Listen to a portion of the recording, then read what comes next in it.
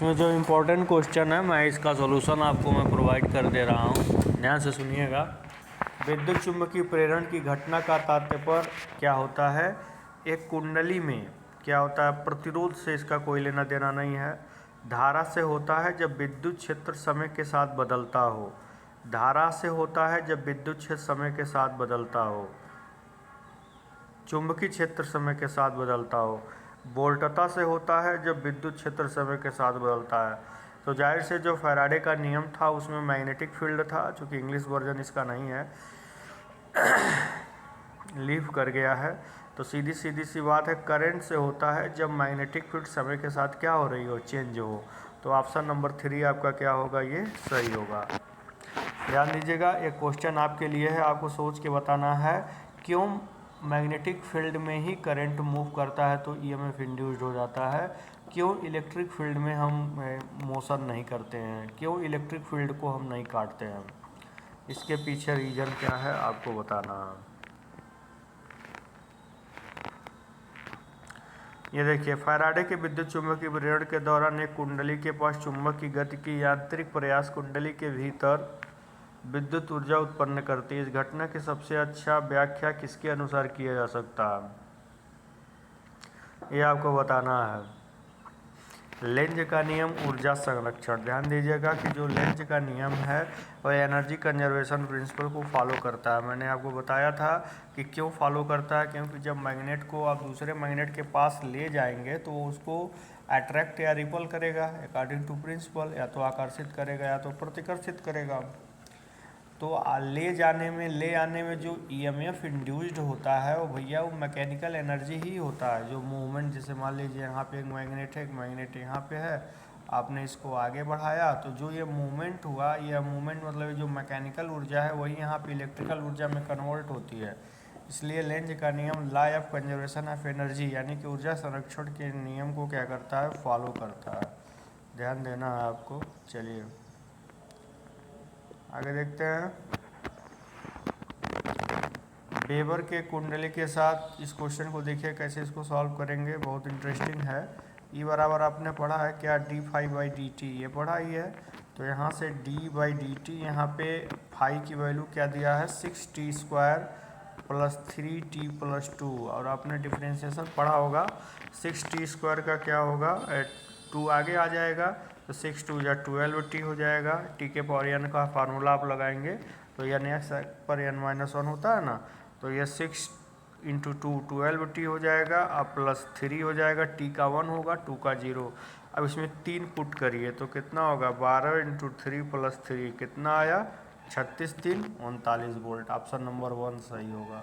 तो D phi by D T से आप इस क्वेश्चन को क्या करेंगे, सॉल्व करेंगे। सबसे यही पूछा हुआ क्वेश्चन है ये। चलिए आगे बढ़ते हैं।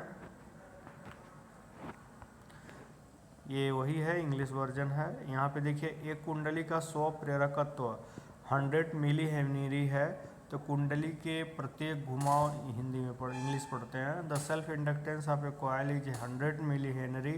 The magnetic flux link with the each turn of coil while a current of 8 milli ampere passes through it's found to B.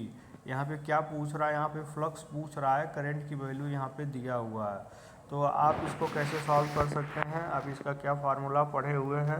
इसका फार्मूला क्या है, फाई प्रोपोर्शनल टू क्या होता है, आई होता है। फाई प्रोपोर्शनल टू क्या होता है, आपने फार्मूला पढ़ा होगा, फाई प्रोपोर्शनल टू, यहाँ पे आते हैं, फाई प्रोपोर्शनल टू आई। या आप इसको कर सकते हैं phi equal to L into I. तो एल बराबर क्या हो जाएगा, फाई अपन आई। ये सिंपल है, ये आप जानते हैं, ठीक है। तो अगर आप चाहें तो यहीं से phi equal to L I से भी फ्लक्स आप निकाल सकते हैं।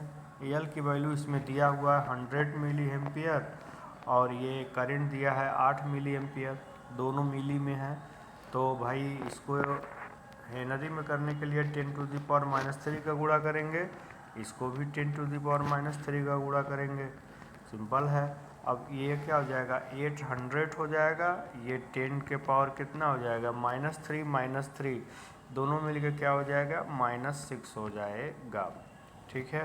तो अब ये हो गया -6। इस चीज़ को और आप क्या लिख सकते हैं, यहाँ पे यहाँ पे देखिए 2 जीरो है, यहाँ से 2 कैंसिल हो जाएगा, 2 जीरो तो क्या हो जाएगा 10⁴। ऑप्शन नंबर -4, ये ऑप्शन नंबर लास्ट वाला क्या है, सही है। इस तरह से इस फार्मूले से इस सिंपल से क्वेश्चंस को आप सॉल्व कर सकते थे। φ=L से फार्मूले से ये सॉल्व होगा। ठीक है। विद्युत चुम्बकीय प्रेरण की घटना का तात्पर्य क्या है, ये तो शुरुआत में ही हो गया। फैराडे के विद्युत चुम्बकीय इंग्लिश पढ़ते हैं इसका। The phenomena of electromagnetic induction implies the production of induced, ये चीज़ तो हो ही गई है। Current in coil when magnetic field changes with the time, ये तो बता ही दिया आपने। यहाँ पे देखिए during Faraday's electromagnetic induction experiment the mechanical effort of movement of magnet near the coil produces electrical energy with in the coil. The phenomena can be best explained on the basis of, ये भी मैंने बता दिया है। ठीक है, Lenz law of conservation of energy, option number 1। इसको भी सॉल्व करा दिया है इंग्लिश में, हिंदी में। ये क्वेश्चन आपके सामने है, इसको आप स्वयं सॉल्व करिएगा। सारी चीज़ें इसमें दी गई हैं। एक कॉइल एरिया दिया हुआ है, कॉइल का E दिया हुआ है, दिया हुआ 50 सेंटीमीटर स्क्वायर। यहाँ पे टर्न N दिया हुआ 1000। मैग्नेटिक फील्ड क्या दिया हुआ है, फाई की वैल्यू, यहाँ पे देखना आपको B की वैल्यू दिया हुआ 0.2 वेबर पर meter square perpendicular to the coil. The magnetic field is reduce to 0 in 0.2 second. The induced EMF in the coil is, मतलब जो मैग्नेटिक फील्ड है वो 0 हो रहा है, मतलब इसकी वैल्यू कुछ ना कुछ तो थी, कुछ ना कुछ वैल्यू थी जिससे कम हो रहा है 0.2 सेकेंड में। तो आपको फार्मूला लगाना है, E क्या होता है d∅dt, यानी कि φ2 - φ1 पढ़े हैं आप, N इंटू I क्या होता है, T होता है। तो यहाँ से आप ये माइनस होता है, यहाँ से आप φ2 मतलब आप देख सकते हैं कि जो सेकेंड फ्लक्स है वो 0 हो रहा है। प्राइमरी φ1 की वैल्यू आपको यहाँ पुट करनी है, T की वैल्यू पुट करनी है और N की वैल्यू आपको ऑलरेडी दिया गया है। तो कहेंगे सर φ1 आएगा कहाँ से, तो फाई बराबर आप पढ़े हैं BA, क्या पढ़े हैं, flux density into area. Flux density और एरिया यहाँ पे दिया हुआ है, दोनों का मल्टीप्लाई कर लीजिएगा। ध्यान दीजिएगा सेंटीमीटर को मीटर में कर लीजिएगा। फाई की वैल्यू निकाल के यहाँ पे पुट करिएगा, N की वैल्यू पुट करिएगा, T की वैल्यू पुट करिएगा, आपका EMF निकल जाएगा। यही चीज़ यहाँ हिंदी में दिया हुआ है। यहाँ पे ये क्वेश्चन है, लास्ट क्वेश्चन है, ध्यान दीजिएगा यह बात, नहीं इसके बाद 2 क्वेश्चन और है। यहाँ पे देखिए लिखा हुआ है 2 coil A and B are placed axially at the same distance from each other, मतलब एक्सियली प्लेस्ड किए गए हैं जिनका एक्सिस एक ही है कुछ डिस्टेंस पे। And the coil A in which DC current is following is moved towards the coil B। इसी चीज़ को आगे, मतलब एक कॉइल A है जिसमें DC करंट फ्लो हो रही है और वो दूसरे कॉइल की ओर मूव कर रही है।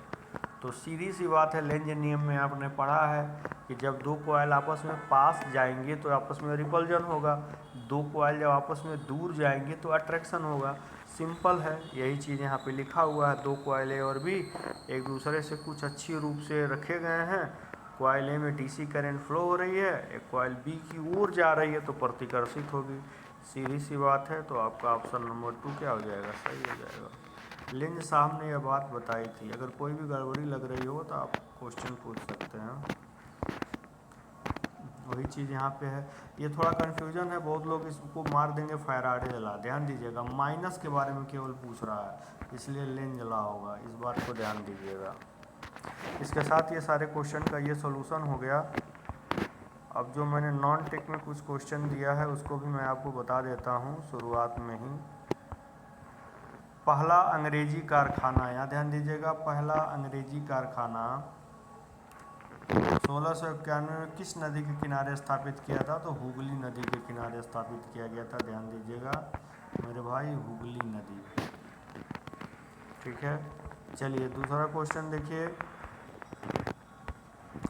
स्वतंत्रता सेनानी जिसकी लाहौर जेल में 63 दिन की भूख हड़ताल के बाद मृत्यु हो गई। ऑप्शन से ही समझ जाइए ना मेरे भाई, ऑप्शन से ही समझ जाइए। तीनों लोग तो मिले जुले हैं, ये ए वाले अलग हैं। यही है जतिन्द्र नाथ दास। चलिए ये देखिए इंडियन प्रीमियर लीग, ये तो सभी लोग जानते होंगे कब स्टार्ट हुई थी, 2008 में। चलिए यहाँ पे देखिए टीवी रोबोट का कुछ बच्चों ने इसका जवाब भी दिया है। टीवी रिमोट कंट्रोल, जैसे टीवी रिमोट कंट्रोल हम दबाते हैं तो टीवी ऑन ऑफ होती है, तो कौन सी रेज निकलती है? इंफ्रारेड निकलती है।